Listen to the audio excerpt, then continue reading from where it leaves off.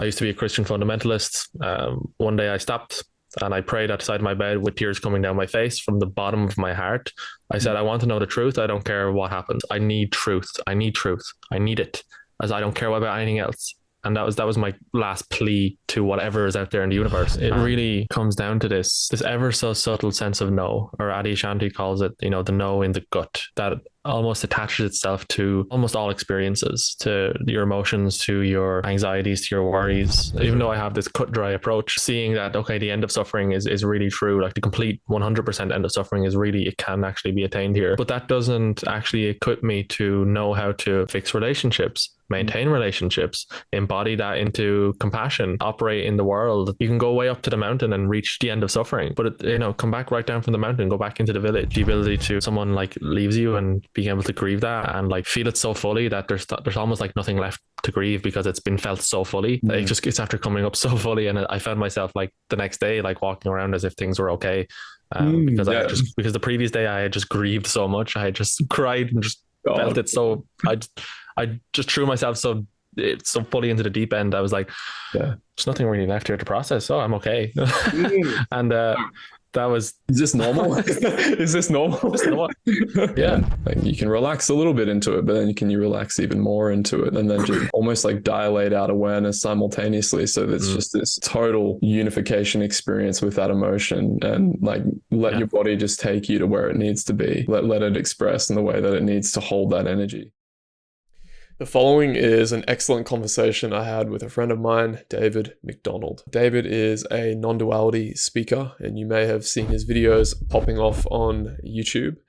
He speaks very fluently, elegantly, and directly at these subjects, and I'm sure you can feel his sincerity quite quickly as we get into this video, and he leads us in with a guided meditation to direct you to direct experience. In this video, we talk about the integrative spectrum, looking at the emotions, emotion work, but also dive into the very nitty-gritty and experiential aspects of awakening, no self, actually, liberation. We sort of talk about the balance of these two approaches. I know you'll get a lot out of this if you have any interest in spirituality, non-duality, emotional integration, shadow work. There's so much gold in here, and it was a thrill to speak with David. You can find his links in the description. And remember, you can always jump around in this video to timestamps or subjects that feel relevant to you to feel into it by looking in the description or hovering over the video. So enjoy the conversation, guys. Thank you. I was wondering if, like, because you're doing group inquiry sessions, I thought it might be cool just to do like 3 or 4 minutes of just dropping in. Yeah, for sure. Did you want to lead that? 100%. Yeah, great. Sounds good. Yeah, awesome. You want to do it now? Yeah, let's do it, man. You just cue out when you're ready to end it. Okay. So I'd like everyone to begin, as I always begin every meditation, just by really just feeling the senses. So grounding yourself in the body, first of all. And just do a quick body scan just from the top of your head right down to the very tip of your toes, just slowly covering every inch of the body. So from the head to the nose, to the chin, to the chest, to the arms, to the legs, just scanning the whole way down.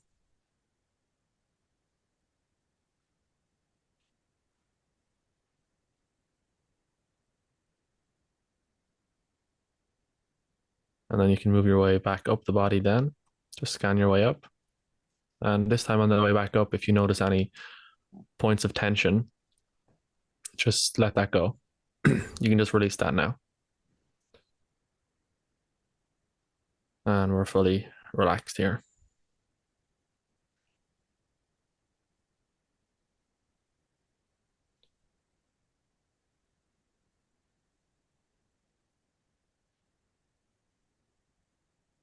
If you've been on this awakening realization path for some time, you probably have heard a lot about conceptuality, thoughts, the mental matrix, as maybe it's sometimes called.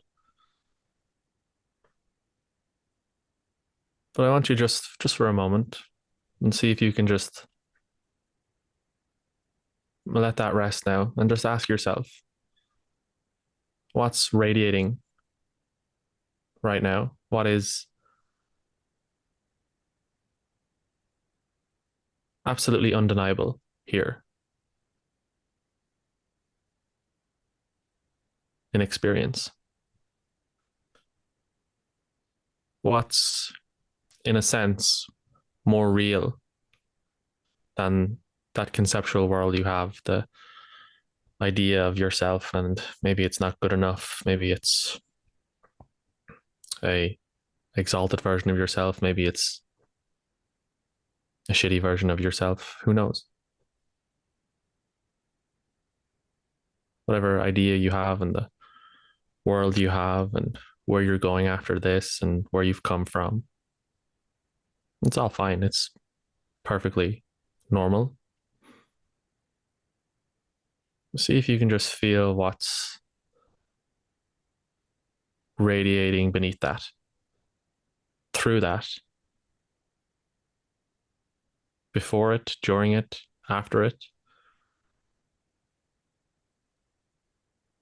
What's just right here?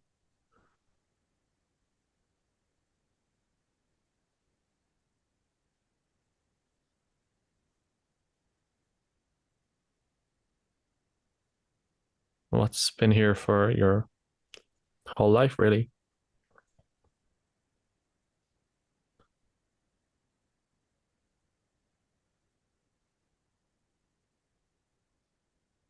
And we're not trying to tap into anything here.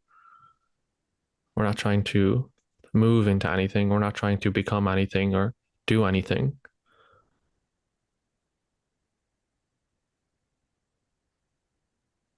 Instead, just be this aliveness, this sense of being, this sense of knowing, maybe lots of words for it. Instead, be it knowingly, as Rupert Spira says.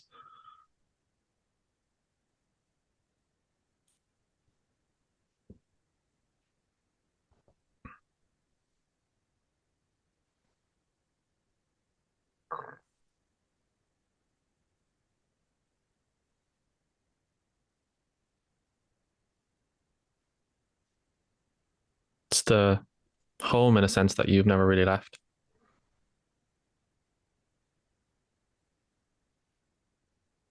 And it radiates as the sensations of the body. It radiates as the tips of the fingers and the in and out breath and the sensation of the face. And maybe we can even let all those labels go. The face, of the fingers and the chest, and just feel this aliveness that's here. This timeless aliveness. You can never capture it. You can never pinpoint it. You can never say it's this or that, because the second you say it's this or the second you say it's that, it's gone, gone, gone.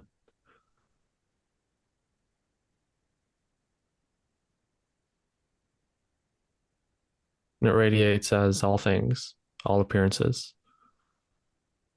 The feeling of anxiety in your body, the feeling of tension in your gut, the feeling of sadness in the chest.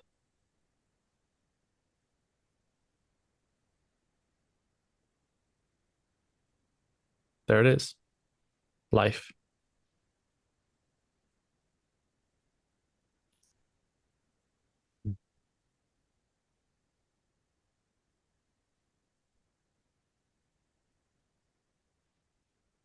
Life, this radiant mystery is what I like to call it, happening on its own, of its own accord.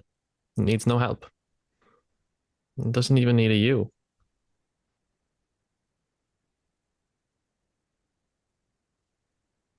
And even your resistance is that.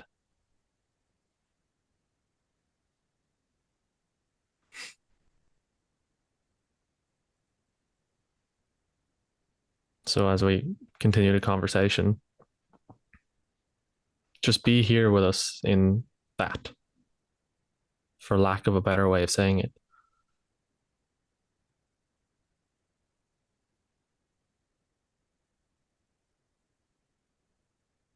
And know that we're always pointing back here. when we speak, no matter how conceptual it gets or heady it gets, it's always pointing back here, back to the immediacy of experience, something that cannot even really be talked about.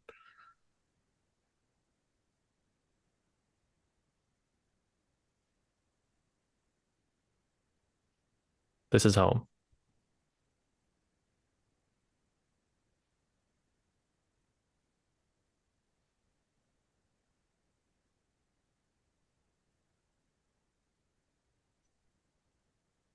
I think that's a nice place to start. I think it's 3 or 4 minutes. I'm not sure. I wasn't counting, but I'll leave it at that in case I might go on for a half an hour. Yeah, it's like speaking from direct experience. Yeah, thank you. You took me right there. It's great. You can talk about that, and you can talk about that, but just the direct experience of immediacy and simplicity is just so full, you know. Yeah, but so one of the themes I mentioned I wanted to sort of bring up and talk about was the intercept of emotion work with awakening, and this sort of investigation that you just like really beautifully pointed to. In fact, and this morning I just checked out YouTube and I saw that you posted this really good investigation into self, like speaking with Josh Putnam and this sort of thing. What is the self structure and how does it sort of create suffering? And you spoke about it as like this locus that probably forms at a young age, maybe even after childbirth. But who knows, you know, whenever the sense of self forms, nonetheless it forms, and that's what we're dealt with. That's the hand we're dealt. And just the way that you were guiding us there, I think that points to that very directly, is like no matter what experience is arising in consciousness, there is a okayness that can be totally attuned to when you drop the labels. And there's just like, you said, even anxiety, even any self-deprecating story, even any like depressive state or anything like that, just to be with that. Yeah. Which is beautiful. And yeah, thanks. I think softening as well, softening the body into that can really help as a practical means to realize that. Like sometimes when I'm working with clients, I'll point to the fact that there can be like a subtle distancing that we can do for a certain quality of sensation. Like, oh, this sensation, you know, I can deal with sadness or I can deal with anger and I can be with that fully. But then there's this subtle like division, not that one. That's too intense, and we add this little label onto the sensation, you know. So oh yeah, for sure. So much to unpack there. But that post was yeah, really it was going right down the rabbit hole. And as you mentioned, Josh kind of played an integral part in that. I've been speaking with Josh back and forth for the last few weeks, and he really is a red pill. So you know, they call him the walking red pill for a reason. But he has been really great to clarify and to encourage me in certain areas. But it was really, you know, discovered in experience the other day as I was meditating, and I texted Josh immediately after this because it was like, whoa, what was that? That it really comes down to this sense of, it's almost very hard to talk about, and we can talk about how it was formed, and really it's not really important to describe how it was formed. You know, who knows? Really, it's not the important part. But it is this ever so subtle sense of no, or Adyashanti calls it, you know, the no in the gut. Adyashanti talks about the head awakening, a heart awakening, and then a gut awakening. And it's that ever so subtle sense of no that almost attaches itself to almost all experiences, to your emotions, to your, you know, anxieties, to your worries. And there's always a subtle sense of no, no, no, no, no. And it goes actually under the surface. It's barely even recognized. It's just there all the time. No. And what I've noticed is it's there actually a lot more than I realized. Like, Just discomfort in the body, no. Certain pains in the body, no, no, no. It's just like it pops up everywhere. And that seems to be a subtle form of referencing, because if I drop into immediate experience right now, I don't find reference. I find appearances for which I can't talk about, that trace back to nowhere, to no center, to no self. And they're radiantly illuminating presence, if you will. And that's what experience is. That's what experience is for everybody. And that's what all emotions are for everybody as well. They're self-liberating appearances. The liberation is inherent within the emotion itself. It's already self-liberating. Reality is in a sense, it liberates itself upon arising, and that's quite clear. But there seems to be something happened maybe that causes the conceptual mind to reference. So now the emotion or the sensation or whatever, it now has orientation. It has orientation towards a separate conceptual self, and it means something, and it has orientation, it has reference, it has meaning, it has all of these stuff that it doesn't actually possess in direct experience. And the emotion itself gets linked to this sense of no, the sense of self. I kind of see it as the same thing, just no to life. And then once that emotion or whatever it is, sensation has orientation, it becomes suffering. And to investigate that sense of no when you're feeling emotions, when it comes up in the body, to really look into what is that, what is saying no, who is saying no, what is the no, what is this emotion referencing, where's the center point to the emotion, trace it right back. And you trace it back and you find emptiness, you can't find any form of self. And then it becomes very, very obvious that freedom is, Angelo says it a lot, it's your natural birthright. It's right here all the time. It's radiating everywhere. And that's been hugely beneficial for me. I haven't talked much about emotional work on my channel. I'm not that educated in it, to be honest.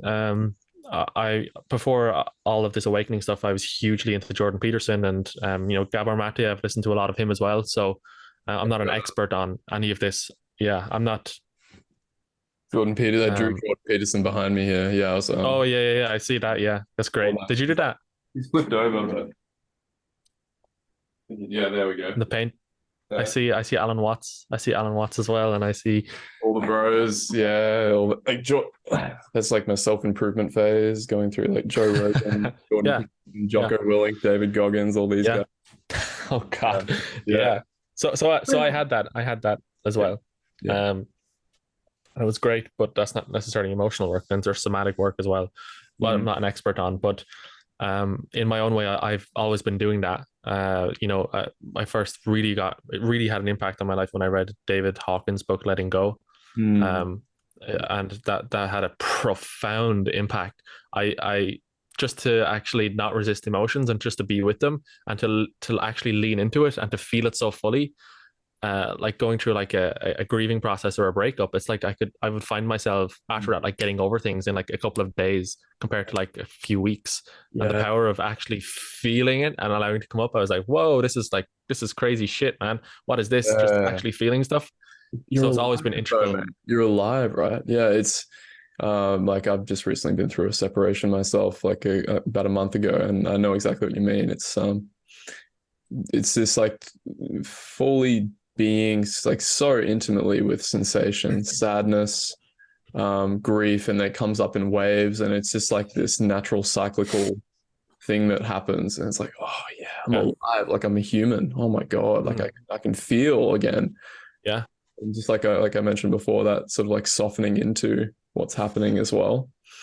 Can you just drop in that order of magnitude deeper and into the subtle body? Like you can relax a little bit into it, but then you relax even more into it, and then just almost like dilate out awareness simultaneously. So that's just this total unification experience with that emotion, and like let your body just take you to where it needs to be. Let it express in the way that it needs to hold that energy, and that it's just like. I think a lot of people come into spirituality from a place of angst, fear, to find some sort of resolve. Not everyone, but So initially it may be with fear, and it may be the sense of like, oh, like I'm so sick of opening to these emotions. But even that dropping in even deeper will give way eventually to like a much richer emotional expression for sure. Even if Oh yeah. sadness can be enjoyable, fear can be enjoyable, Mhm. the anger can be enjoyable, joy, especially. It's not all doom and gloom, but yeah. Yeah. Oh, 100%. And that was a huge revelation for me.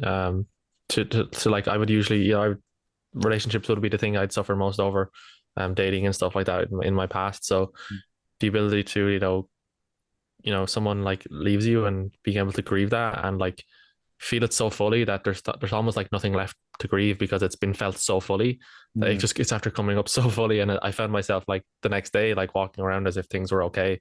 Because I had Yeah. just, because the previous day I had just grieved so much. I had just cried and just felt God. it. So I just threw myself so fully into the deep end. I was like, Yeah. there's nothing really left here to process. So I'm okay. Mm. And that was Is this normal? Is this normal? just normal. Yeah, and Yeah, it's like yeah. that's how emotions are supposed to be processed. It's like okay, so that was huge. That was about 4 years ago. Um, that was huge Mm. for me, and I've always been doing emotional work. Mhm. Really, not perfect by any means, but always been some form of emotional work involved there. Um, but the emotion work, it never there's some areas that it just never touched for me. It never touched Mm. certain areas. Yeah. Like certain fears that were so deeply in the gut. I felt like were so deeply ingrained. Like an example, I lost my mother to suicide when I was 8 years old, and obviously that was traumatic. Traumatic memories associated with that. So any anybody I would get close to, I would immediately fear something terrible and awful would happen to them. It was just a thing that would happen pretty much every day, and that fear, especially in romantic relationships, was there through all of them. And no matter how much I sat with that, no matter how much I tried to feel it, or try to dilate into it, there would always be the resistance to it, or always be the thoughts associated with it, the fear and what if, and well, it's possible that it could happen. And it was just such a hugely embedded thing. Did therapy, actually went to therapy for it as well, multiple therapy sessions for that. And they did some CBT, cognitive behavioral therapy, if people are familiar with that. And that it's again, it felt like it was scratching the surface. And it was only when actually I was sitting on a decking. This is about 2 months ago during the summer, and the fear came up again. And this is after that no self shift, after Angela's retreat, and it Mm. was completely different. The thought was seen as like an empty shimmering. I couldn't find the edges or the borders to the anxious thought, and I just couldn't find any locality to the thought at all. And then once that kind of passed, and the thought itself was seen to be just insubstantial, almost like space like, then the emotion itself was of no problem. It just passed right through. It was no problem. And I was like, Mm. okay, this is freedom. And that's why I kind of, in my post, I was saying that I think it's important to couple the emotional work, the somatic emotional work, but also the inquiry into the subtle sense of self, the subtle sense of no, and to really, investigate, emptiness, things like emptiness in Buddhism, to the emptiness of the self, the emptiness of thoughts and feelings and all of this. And what is this no in experience, and really inquire into that. And so coupling the two of them together is a very powerful, very, very powerful thing to do, I think. Yeah, I'm right with you. Yeah, yeah, absolutely.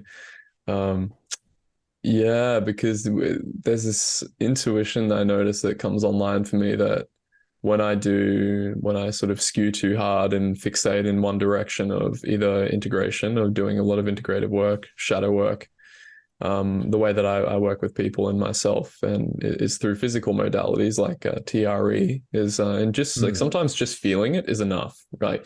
But like you said, like we've been talking about, just feeling it so fully that yeah, it's the only thing in the whole universe, and you're just giving like 100% of your attention faculty to it and opening up to it, and that can be enough. But I also noticed that just opening up and inviting the body mind unity connection, which there is no separation between it, to allow that, like if a mental image arises or if thoughts arise that help that emotion move through the body, then yeah, like welcome it in. It's just another dancing appearance in consciousness, right? So it's like just that's what's happening. So just allow that and then connect it back to the sensation and then just allow that to move through even more. And it becomes this like beautiful catharsis. It just feel that the word that comes forward is human. It just feels human. Like we're not denying our humanity anymore when we do that, which is just such a gift, you know, to have. And I was speaking to Chris Command, I'm doing TRE sessions with her. She's really good. Angela, endorsed by Angelo DeLulo to teach awakening facilitation and stuff like this. And she, you know, she basically pointed out that that's been so helpful for her to be able to just do TRE to open up the nervous system, to open it up to like there's a lot of dualistic appearance that these sorts of dense knots can create in experience, and this has been my experience where like if I have a tightness in my gut, which has been a hallmark of my experience, like anxious energy leading into the psychospiritual unfoldment, but to meet that and then to actually do some work on it and dissolve it through whatever means, like I've been talking about with TRE, like I don't know if you watched that interview I did with Chris Command, but she was doing Vipassana meditation for 14 years, man, like diehard Vipassana meditation, bare awareness, like working toward equanimity, right? And I've seen this with other people as well, not just Chris, but she's my poster child for this at the moment. You know, I'm also extrapolating into my experience, but that capacity to go into the sensation, honor it, and release it, then seems to have this precipitates like a much richer investigation into the empty nature of it, actually, because your mind might not be as thrust into reactivity as much. Constantly referencing the cyclone of beliefs when you're feeling like you're in a fight or flight response when you're investigating emptiness, and which is it's good, but it's also like if that's been a recurrent thing and feels like there's a bit of a stagnation there, like maybe there's a natural movement toward integration. Oh yeah, for sure. That makes sense. I've never thought about that way as well. And if you read the classical, you know, the Buddhist text or Mahamudra, the guidance practices, there's always the practice of equanimity before inquiry. There's always getting into a stable, you know, sense of equanimity, of peace, of stability before you inquire. And so it makes sense what you're saying there. I've never thought about it that way too. Um, Investigate the nature of emotions themselves, the emptiness of emotions when it's kind of been integrated and when it's kind of being softened into. So that makes a lot of sense. And it actually, I would say that goes well with Buddhism actually as well, because as I said, especially in, you know, Mahamudra, Zen as well, there's real focus on really softening your experience before actually inquiring. Like I obviously inquiry is pretty much nonstop for me. But if I'm meditating, I'm not going to just sit on my bed and just like in the first 5 seconds, okay, who am I? You know, where's the self? And it's like, no, there has to be a period of okay, feeling everything, settling down, softening into everything, and then that's really what seems to be the fuel for the inquiry then to really push it along. I don't know if that's been your similar experience, but I feel like you're talking about something similar there. Yeah, absolutely. Just softening, right? Yeah. But if there's so much mud kicked up in the water that it's very hard to even know what's up and what's down, and the mind is just being thrust into like doubting practice, like, oh, I can't do this. Oh, like I've been meditating for 10 years and I can't do this. Why can I not do this?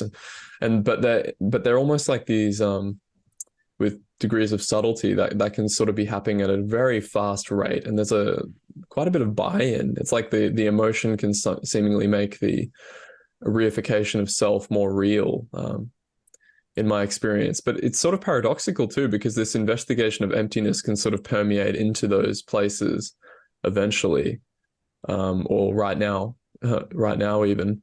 Yeah. And yet there seems to be benefit, like Angelo points out, like other teachers point out, Adyashanti, that yeah, if there's some sort of reification going on, it's actually really valuable to go into that through like just what works, right? Like what is the modality that works for you? So like, I would do somatic inquiry and TRE and physical modalities, but if it's for you, it's like running, it's like like circling with a group of people. Like I've done Yeah. quite a bit of men's work in my experience, this sort of stuff. That's super valuable, Oh But yeah. when in doubt, Definitely. just feel, just feel fully, right? Yeah, exactly. And as I said, it's been hugely beneficial. Now, I will admit as well that probably just by looking at my channel, um, I tend to be rigorous with Yeah, and rigorously direct. it's great. I'm classically, I love Zen, and I always aim to be the teacher that I always wanted, and what I always really wanted was no bullshit, Mm. fucking just be direct as possible. I wanted, cut Yeah. like using attention to cut right down into experience, and that's I admittedly that is like 80%, 85% of my practice more recently. Yes. um Again, because the emotional life is a lot quieter these days. I don't really I again and I'm this is where gratitude comes in as well, because I'm living in a first world country, and I in university, and I have a bedroom and I have a bed and I have all these things, and just which it gives me the capacity and gives me the emotional stability to be able to practice like this, where some people don't actually have that. So there's huge gratitude there, none of which I chose, none of which I had the fruit. It's all just blessings, really. And so that's given me, especially recently, a lot more of an emotionally stable life. And so therefore, um, I'm a lot more rigorous now. So I'm really, I've been really, especially during Angelo's retreat, that the self question was just like, it was just the only thing that was important to me. I didn't give a shit about anything else, really. I didn't give a shit about emotional work. I didn't give a shit about awareness. I didn't give a shit about abiding. I didn't give a shit about anything else but what is self, what is self. And then, yeah, I have basically had a panic attack during the retreat, as I saw it was just, there's no self anywhere. There's no sense of I, not even awareness. And I tried to grasp back onto it, and basically died. Um, but Just in case. but then then after that it's like, yeah, it does try to hump back up again. It tries to come back up, but it comes back up in the form of like these little subtle no's, these little like, no, no, don't like that, don't like this. It kind of pops back up. Yeah. And so being rigorous in investigation with that has literally yielded huge fruit. And Yeah. Yeah. I now the equanimity and the peace is not just when things are good. It's not just when things are, I'm sitting on my bed or practicing emotional work or whatever. I've been taking this out into the world. So a really simple example with me was I've always hated people chewing loudly. So as one example of that, it's always My man. it's something I just fucking hated that. I get for my whole life, if I hear someone chewing, I would just rage would build up in me. I just want to like, just go over and punch that person in the face. It's just like Yeah. the most, Yeah. it's like, Yeah. oh, it's like, God damn. So I was Yeah. sitting on a couch, and I'm not going to name anybody, but they were eating like a. I was going to quote Ricky Gervais. I was going to quote Ricky Gervais there, because he there's a part in there's a part in Afterlife where he's like, fucking hell, that bastard is eating like a fat slob, and it's like it's like I just one of those moments come up, and I was like, okay, perfect time. This is brilliant. And Yeah. Yeah. I could feel you could feel the energies coming up. Yeah. But then it's just a simple razor pointed inquiry. It's like, who's that appearing to? Okay, it's not appearing to anybody. Okay, whoa, okay. It's not landing anywhere. There's no self for it to land on. Beautiful. And then I also noticed the thoughts that were making it out to be bad. It was like, oh shit, no, this feeling isn't actually any bad at all. This is like just thoughts. Then I found myself just sitting there, and the noise just was just like anything else. It was like the sensation of my hands. It was like anything. And I was like, Yeah. oh yeah, okay. Yeah, the And so this interpretation. Yeah, yeah. Dude, yeah. can I just speak to that as well? I was at a Bucks party with my mates probably like 6 months ago. And I had this one friend who was just snoring like a fucking chainsaw. Like he was just popping off, that sort of stuff. And I was reminded of this instance where There's like a Zen story of a guy out in the woods, right? And he's meditating in his woodlog cabin, and off in the distance he can hear people partying and going off and doing all this, and and the thought arises that, oh, these people, they're messing my meditation up, they're screwing it up, sort of thing. And then but then the recognition eventually, where this is going, that it's the interpretation. So I remember just recruiting that sort of insight. And then I was just like dancing with his snoring, and just noticing like, Yeah. wow, my mind is just adding this extra layer of shittiness onto experience and reifying it. And then I slept like a baby, like I fell asleep, and it just took away that extra label, and there you go. Yeah. Mm. It's crazy, isn't it? Really, and It also just mouth smacking a thing for me too. Yeah. Like, my in my previous relationship, I had a stepdaughter, and she, just young, beautiful, unbound consciousness. But when I was growing up, I was always bagged out by my brothers. I had two brothers. Like, stop eating with your mouth open, dude. Like, stop. Just so much like shame and anger around it. So like, and just feeling that transference, like the lid taken off with awakening and this sort of thing, and like just feeling all the raw energies of that, and like, that. yeah. Oh man, Mm. just feel. But yeah, same sort of investigation, and not. And I love that cutthroatness that you take to it. I love that so much, and sometimes I really draw from that from people like I'm sure Yin Ling on ATR Awakening to Reality Facebook page, like people like this that just bring that cutthroat, like, we're here to wake up, Yeah. like, look, don't play around with this. Yeah. We have this one opportunity, and it's like, yeah, like, I'm gonna give this everything I've got. Yeah. I think for me, that's been the natural movement lately, is the integrative piece, though, especially just allowing my body mind to feel more ease, actually, because I was very, Mm. very much like that, very masculine early on, like super conscientious. I went to like multiple Vipassana meditation, those 10-day retreats, and giving it my all, and like super conscientious about it, applying 2 hours of meditation techniques every day, very rigid, Mm. very routine based. Like, I drew Mm. David Goggins, Jocko Willink, and the sort of people behind me. Um, and even with Zen, like self-inquiry, I remember being on one of Angelo's Yeah. retreats and just like, who am I? Like that one pointed approach, not stopping at any thought at all. Like any thought that arose into consciousness was like, who. But it was like, oh, it was like right in there. Yeah. Just it's been beautiful to like open up more and Mm. allow the body to feel better, and Yeah. feel the limitations of the masculine approach Mm. experientially. Yeah. Um, let me tell you something as well, that I'm completely unconscientious. Let me just get that out there. I did the 5 factor personality test a few years ago, and I was like 13 percent conscientious. Always been like that. Always. I've Look, I'm doing a master's degree. I've got through college perfectly fine, but I always do just enough to get through. I always just do the bare minimum in order to get where I want to go. So I play things smart, and I've always been like, if this doesn't need effort, it doesn't need effort. So I definitely wouldn't. You look at Yin. She's like a doctor, and definitely hardworking, a conscientious individual. I'm completely not that. Really, what I mean by precision is really following.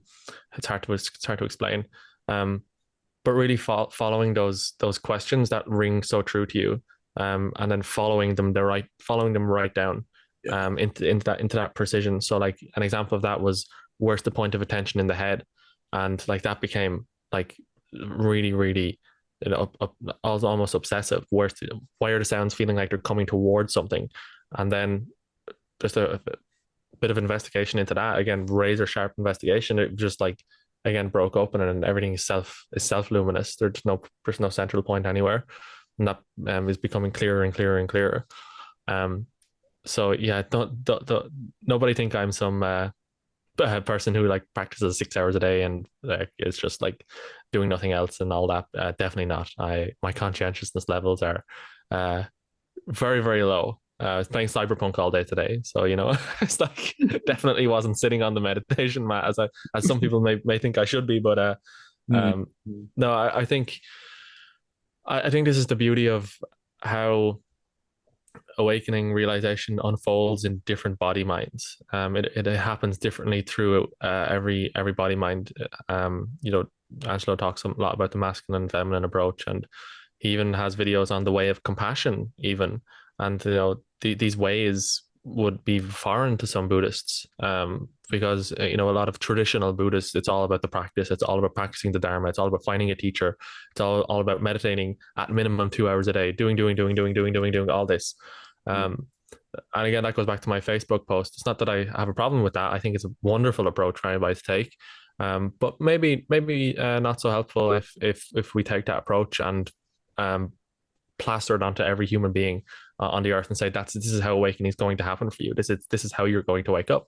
Yeah. Then of course you have examples like Josh Putnam, who went to Angelo's house for a day and the whole thing just cracked open, just the whole thing just got unleashed, and that guy's been doing no meditation at all, and that's just an example of that.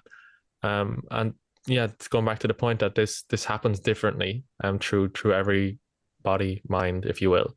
Everyone's coming. Everyone has obviously this nervous system that has had cultural conditioning. It has had traumas. It has all of this, and the awakening is, in a relative way of speaking, happening through that, and that's going to affect how it happens, how quickly it happens, all of that. And so, I don't think it's wise to completely ignore it and have this one-pointed approach that excludes everything else, if you know what I mean. Yeah, absolutely. Yeah. And I think what you said was really good. I brought up your post here on the side. I took a screenshot of it for the sake of this conversation. I thought it might be valuable to read it. So it's a little bit long, but I'll try and I'll read it quick, and because it just touches on what you were just pointing out with cultural conditions. And you said it's interesting how cultural and environmental conditioning still operates, even though very realized people, and I think many people ignore it, even through very realized people, and I think many people ignore it. I'll just quickly read it, but maybe some people disagree, but this is where some form of psychological insight can be very helpful. I think it's a wonderful thing that there are unique flavors of people in life and how that stays even through deep realization. And it's wonderful.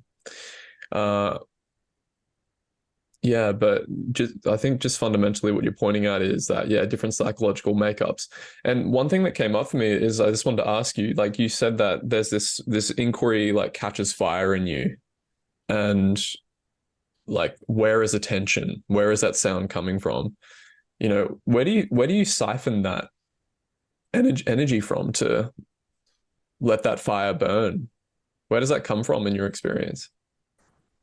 Oh, that is a really good question. Where does that come from? And God, this is almost impossible to talk about because really I have no idea where that comes from.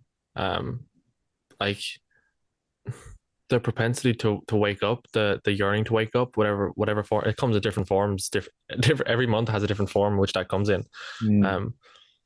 And that's really an intuition that I didn't cultivate. I didn't choose it at all. It's just there. I really don't have any idea where it comes from, but it is a yearning. It is fundamentally a yearning for truth. That's its fundamental basis. A yearning for truth, which has always been with me. I've told this story a lot of times, but I used to be a Christian fundamentalist. One day I stopped and I prayed outside my bed with tears coming down my face from the bottom of my heart. I said, I want to know the truth. I don't care what happens.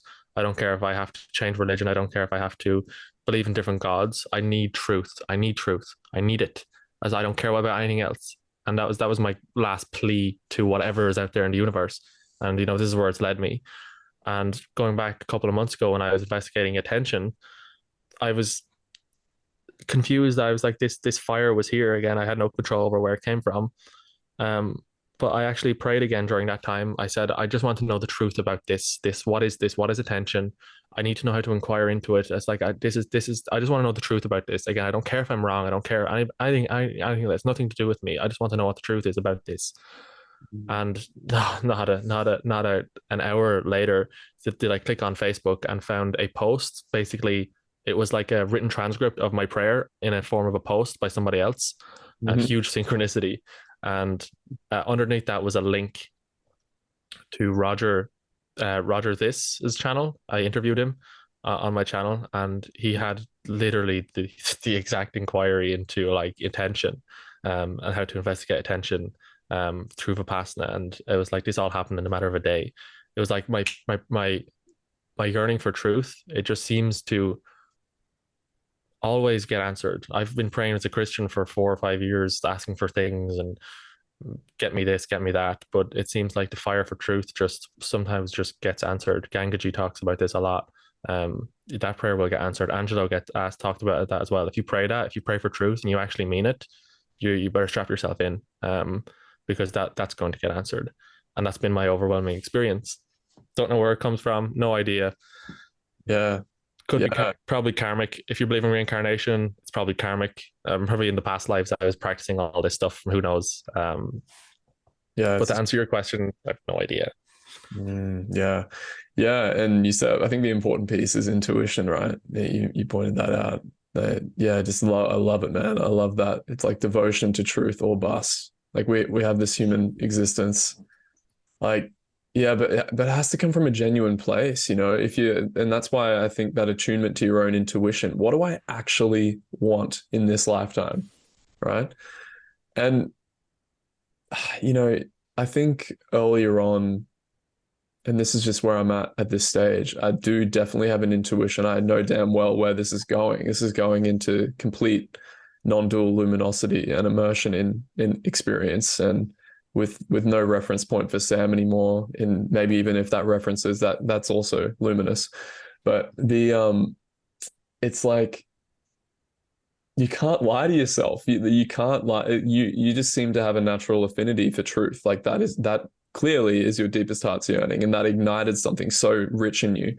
But it's like, and Angelo's talked about this. I think Frank Yang's talked about this. I think just things come to mind. But what are your genuine desires, and what is your intuition telling you? If you ask, like, if you access a place of stillness by like softening your body and just dropping into like the very fundamental nature of your being, and then asking from that place of like deep devotion to knowing what it is that you want in this life. It's like, what do I want? And is it truth? Is it awakening? Or is it like, I just want to feel better. Like, I want to integrate emotions. I want to just feel like I can stand on my own 2 feet, earn financially for myself, have a beautiful partner. And then, and Angelo has said this as well. So follow that. Like, don't bullshit yourself saying that you want awakening or liberation when you actually just want to feel better. Or don't bullshit yourself saying you want to feel better when you know damn well that the annihilation of self is coming, or the immersion of that. Like, that BSing that can go on is it's this stalling of truth, basically. Yeah, for sure. And some people, a lot of people are like that actually. And a lot of people, I think, don't even realize they're doing it. They think they're on a path to truth, but really they're not. And Adi Shanti again talks about this, that spirituality can become almost like another form of shopping, where you're just spirituality, awakening, enlightenment is just like an ice cream cone. For people, they just want another cherry on top of their life experiences, really. And I can promise anybody that's watching that, if that's your deepest intention, I can promise you that will not lead you down this rabbit hole. And so it really is helpful, as you said, to really check in. And I've started doing group inquiry sessions, and very, very few one-on-ones, but it's what I say to everybody, and what I will say to everybody for the rest of my life if I'm ever working with you, is check in with that yearning. What is your deepest truth? What are you yearning for? Because that is the vehicle that will take you to where you're going to go. And most people do really just want the truth. They're kind of fed up, and they realize actually that the girlfriend or the house or the money or whatever it is, it's actually quite unsatisfying. And really the only thing that really matters then is truth at the end of the day. So yeah, I'd recommend everyone check in. Yeah. And again, but some people might take that as well and be like, okay, well, I need truth, but what is true for you? Like, even if you say that, David, like, what is true for you?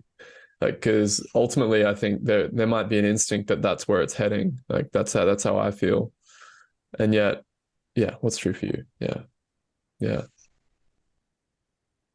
It's a tough Yeah. question. And that might change on a daily basis, on a monthly basis. Like it's weird in this space with non-dual, or like in awakening and speaking in this way is like it different expressions come out at different times. So like David now is totally, or he's already different from like a millisecond ago, but in a month's time, like who the hell knows what's like what reality has in store. But it's like just that Mm, prayer and that devotion to truth and like, okay, well, let it take me, right? yeah, Yeah. exactly. And I also made a video way back. I've had the channel about 6 months. It was one of the first videos I made. Mm, It was titled "Once You're in the Tiger's Mouth, There's No Getting Out of It." Um, remember. and I truly believe once truth has grasped you, I really believe once you've had a taste of the strawberry, as Josh says, once you've really tasted the strawberry and you get a taste of okay, what actually is unfiltered reality, what is the truth, again that will almost like create an even deeper yearning for truth and wanting to explore that even more. Mm, And I firmly believe once you're in that, there's no really getting out of it. Getting out of it. Angelo said it before, referencing Adi Ashanti, um, talking a lot about Adi Ashanti, but he's great.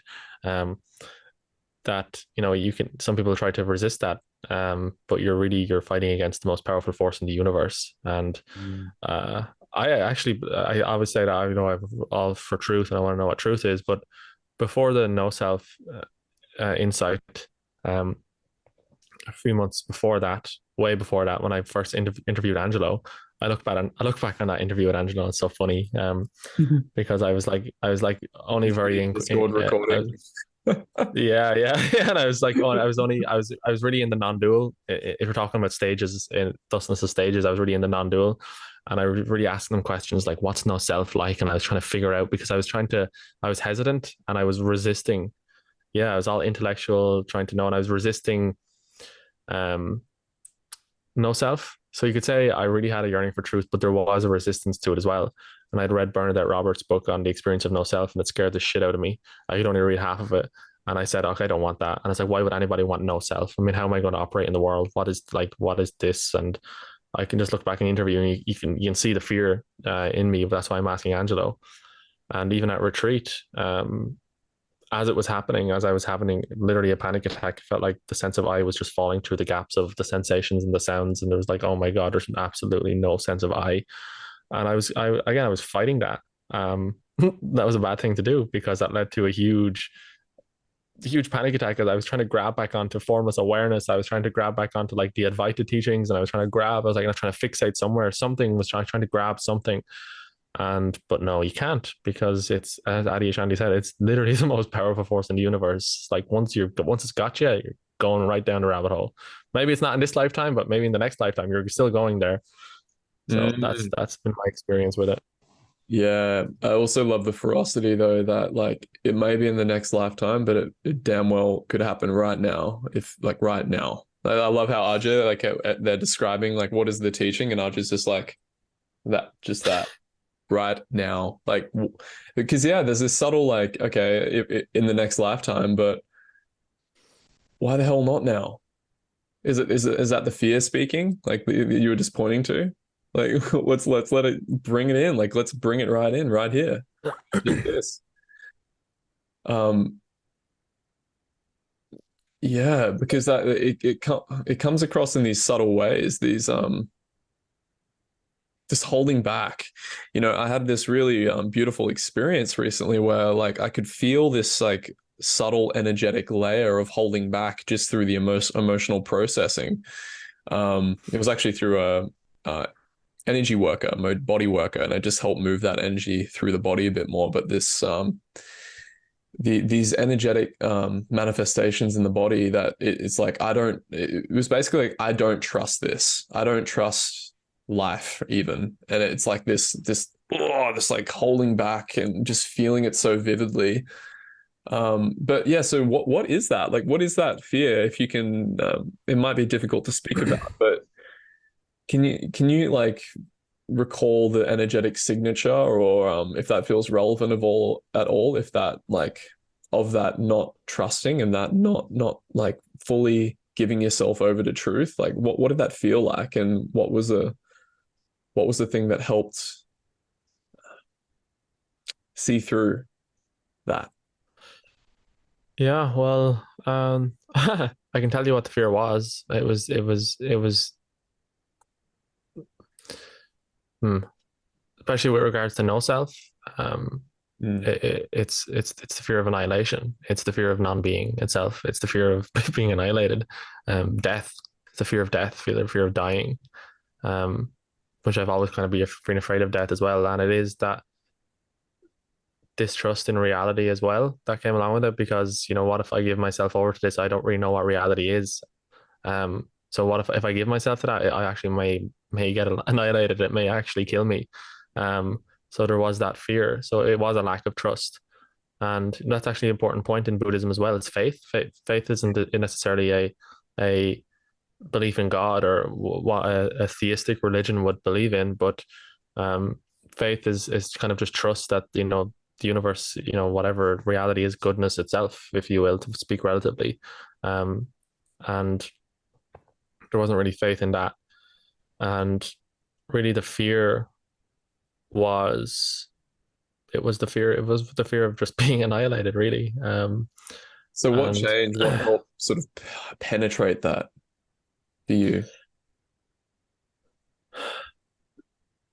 you see, I don't really think I had much of a choice because again, it was at retreat, and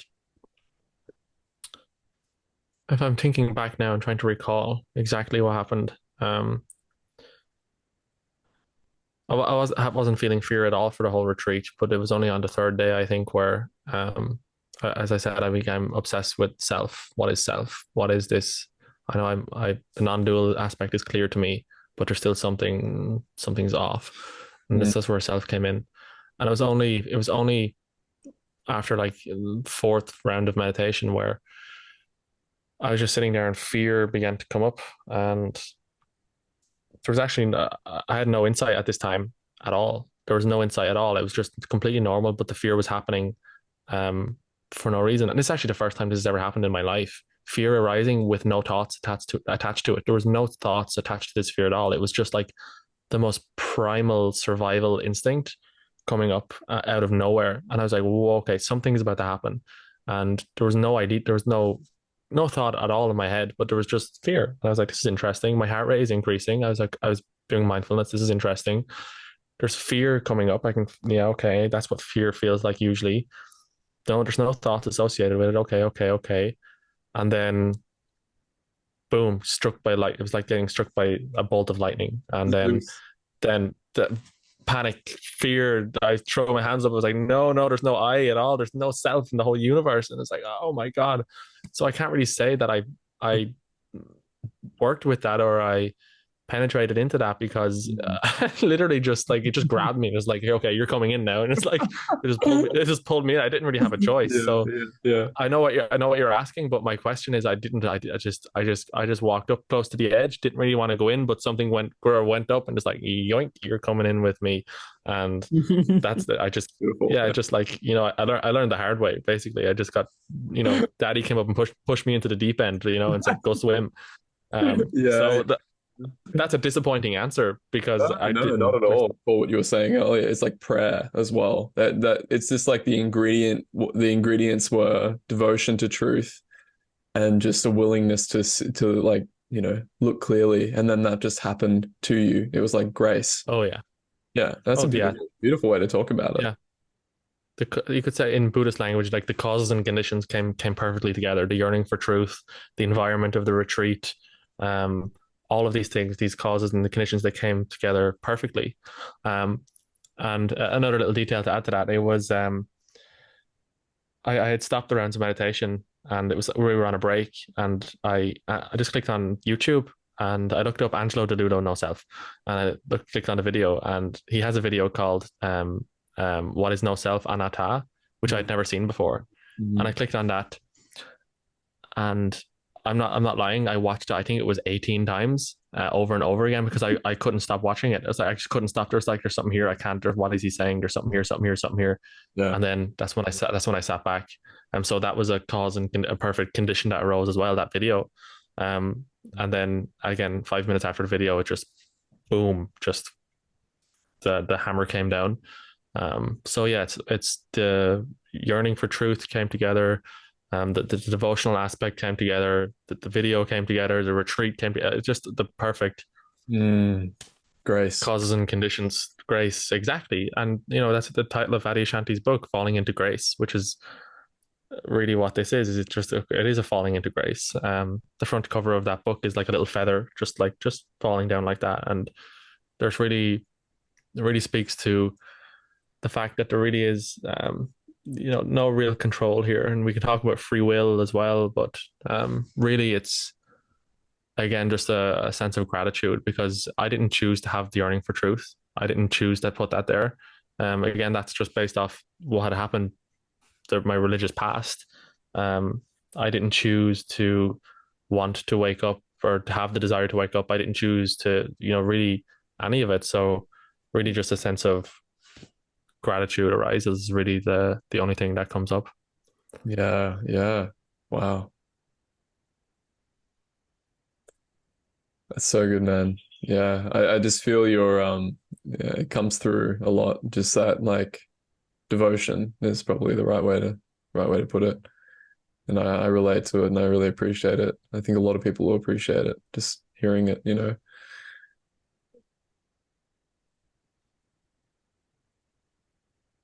So what's the cutting edge for you right now in experience and practice and life? Hmm. It really is. I've kind of moved back to the razor the razor focus for a minute, but not even that, but feeling into it. And it really is primarily investigating that sense of I'm trying like literally in practice in life when I'm engaging in situations to really looking for the no's, the subtlest, most that 0.1% of consciousness that moves against something. That I'm trying to find that 0.1% that is like the very first movement of no. And I'm like, what is that? What is that? How does that make any sense? If not, if reality is truly non-dual, if we're really going to talk about non-duality, as Josh says, Josh says things like, suffering is an idea, it's not real. He's very, very, very forward in that, but like I can see that, and I know Josh has that realization. You clearly see it from him, because if reality really is non-dual, if there is no inherently existing self, if there is no separation, then really resistance and suffering is a form of duality itself. It is a form of duality. Yeah. And if you're really talking about non-duality strictly, it has to mean the end of suffering, the complete end of suffering. And that's what I'm really investigating. And that's kind of what I had an insight into the other day.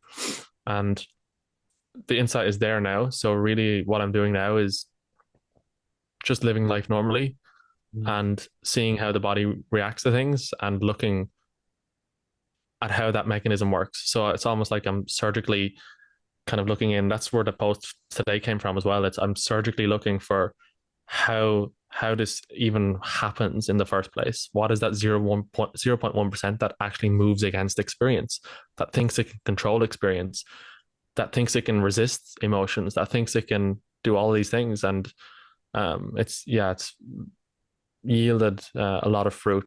If people are interested in the fetter model, as you know, Angela did a series on that. There's different fetter models and all that, and don't really care about the debates around it. But this could be equated to like fetter 9 and 10, where you're looking again. There's after the no self shift, after the I am drops away, there's the subtle beliefs that linger around still, in just beliefs that you've acquired for your whole life, certain resistance patterns, certain beliefs about how reality should be. And it's really just investigating that. And yeah, that's basically where I'm at now. That's awesome. Yeah, I love it. And in terms of the emotional spectrum, is there anything there for you, or is it just a sort of like knife like investigation into those sorts of inflections and beliefs and these sorts of things and what's holding back? You see, um, a lot of the stuff that I'm working with now is the quick spur of the moment reactions. So, like someone cuts you off in traffic, there's like a quick spur in the moment reaction. I'm investigating these things, or Mm. I'm a teacher in school. I see like a student talks back to you, like you can feel the immediate reaction.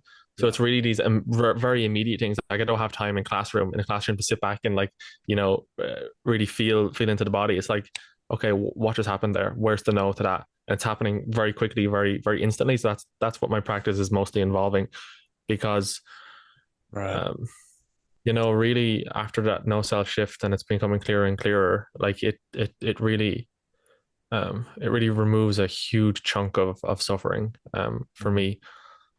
Seeing that there's nowhere for really anything to land on has just really removed this huge chunk. Not everything for sure.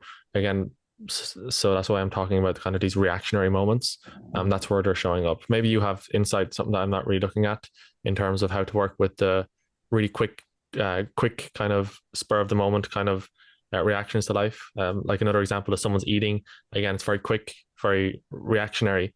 Yeah. But in day to day life, other than that, there's pretty much no self was pretty much the complete end of dissatisfaction with life. There's absolutely no dissatisfaction. It's always right now. There's no one to be satisfied or dissatisfied. It's just radiant thisness, if you will, Yeah. and no real depression or anything like that. Gone. All that's been kind of just gone.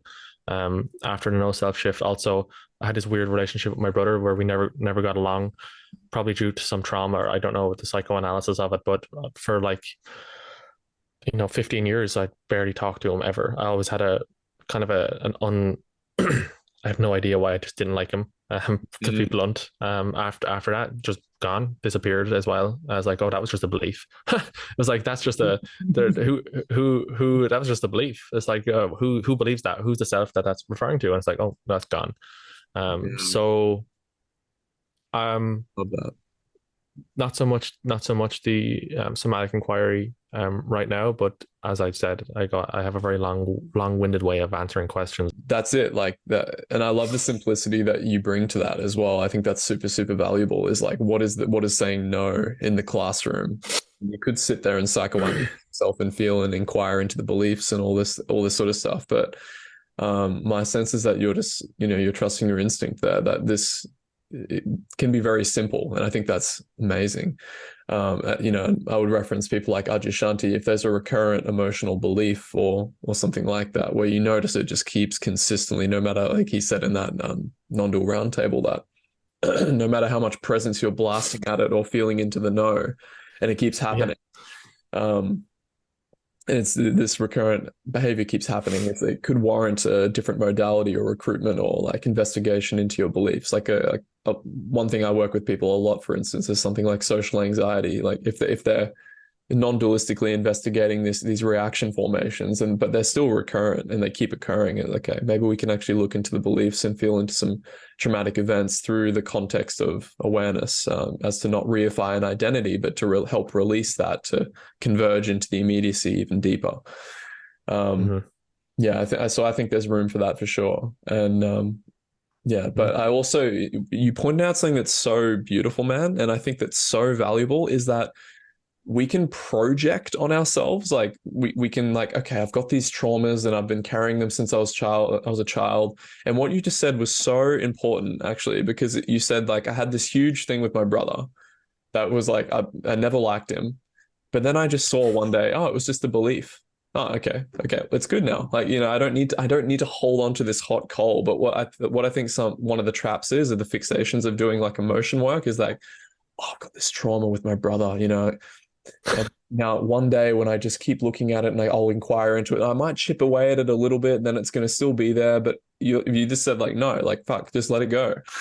And that invitation is always there, which can bring with it a certain degree of fear, I think, because people are like, what? You mean I can actually change and I can go into the unknown? because it is the unknown. Like what, you know, what if your brother, you went into that situation with your brother again, and you're like, hey, bro, like, give me a hug, man. And, you know, who the hell knows what he could do? He could just punch you in the face. So there's that fear of the unknown, but there's that faith component, man. It's like, this is what it's all about, you know, like I can give myself Yeah. this faith that it's all going to work out. Yeah, you just emanate that. I love it. So yeah, Yeah. That yeah, was that was wild actually, because I had tried to do like the psychoanalysis on that before. I remember actually a few years ago sitting trying to ask like AI and stuff like what's wrong, like how do I psychoanalyze this? Like okay, you know, my mother passed away and my dad, you know, maybe he was closer to my dad and I felt abandoned and I was like, you know, I can try go back and I can try figure out all of this, and but never none of that really ever helped. But it was really like again, every time I heard him speak, it was like this, what are you like, shut up, like, what are you like, stop talking, you're annoying me, like this, and then again, just one day, poof, it just that's a belief. That is a belief that there's something wrong with him, or that there's something wrong here with him, and it's like no, and now, um, that just enables me to, you know, it's not perfect now. Like I haven't fully mended that relationship. It's he's young. He's only 18, which makes it's quite sad actually when you think about it. Like I'm 24, and you know your older brother couldn't have a relationship with his younger brother throughout his whole childhood, and we can create a big story out of that. But breaks their um, heart. Yeah, to really to mend that now is the next challenge, and you know don't know how to really the perfect way of doing that, but um, I'll give it my best. And that's actually another thing to talk about is even though I have this cut dry approach and looking for the nose and um, really, you know, seeing that okay, the end of suffering is really true, like the complete 100% end of suffering is really, it can actually be attained here. Um, but that doesn't actually equip me to know how to fix relationships, maintain relationships, embody that into compassion, operate in the world, all this completely other facet of experience. You can go way up to the mountain and you can reach the end of suffering, but you know, come back right down from the mountain, go back into the village, you know, do all these things. yeah, Um, yeah, look back on the conditioning that you've had through by your family, by your culture, and that's why I made that post again, because even I really do believe even if you had profound like enlightenment, the end of suffering, I still believe that, you know, maybe you have a sense of apathy, you know, apathy towards people, or apathy towards people that's completely culturally based, or maybe you have a certain way of being, or a certain sense of inertia that Josh says that operates through you, that maybe might be a bit toxic actually, and yeah, um, it's about working with all of that after liberation as such and integrating that back into the relative world, and I think that will be definitely a never ending process. So yeah. that's another important facet of this. Yeah, and if there are efficient modalities to help that embodiment piece, why the hell not use them? But keeping that context of non-duality, and I think this is why Angelo points people to realization of I am, if their heart's yearning is inclined in this way, to see through that you are not your thoughts at a very deep embodied level, to open the lid to all of that. I think it's very valuable to keep that context, and then yeah, and just let it all come up and be burnt very naturally from that place as well. Yeah, man, Yeah, for sure. I've enjoyed this conversation so much, dude. Yeah, I Yeah, me appreciate too. it. Yeah, yeah, My my favorite thing to talk about. So, yeah. anytime. Yeah, thank you so much. Yeah, we'll do it again sometime, and yeah, we'll stay in touch, dude. Like, I've been following your stuff. I think what you're doing is amazing.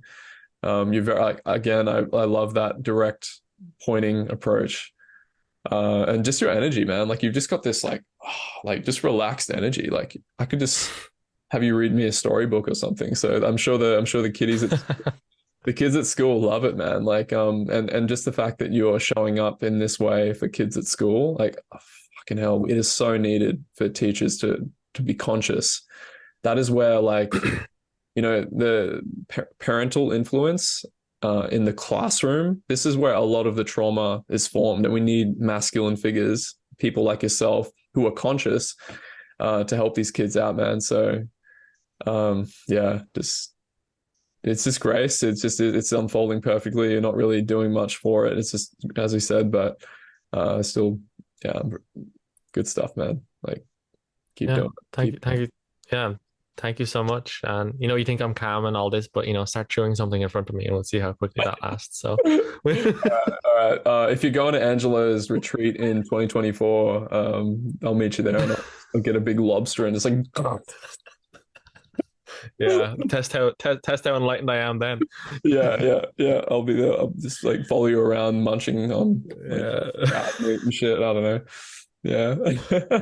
Yeah, thank you so much for having me, Sam. Yeah, I've really enjoyed it. And yeah, I need your kind of content as well to balance out the masculine direct approach, which is the direction I'll be going in. But your content is needed for that. So I'm really looking forward to what you release as well. Awesome. And I'm happy if you want to do a session or something just for free and I could just show you some of the stuff. We could definitely do that. And also I'll Yeah. pop your links in the description of the because you're doing one-on-one sessions with people and Yeah. also group inquiries, right? Yeah, so just it's twice a month now, just group inquiries again, 2 hours long. We're just investigating the nature of what this is. And then yeah, the one-on-ones are very, very few. I'm only doing like two, not every day because I'm in university. Yeah. It's just taking up all my time. So very, very few, if anybody's interested in that. Great. Yeah, I'll chuck it all in the description. So just swing me your links after this and I'll do it, man. So yeah, much love to you, man. Thank you so much. No problem, man. Thanks for having me.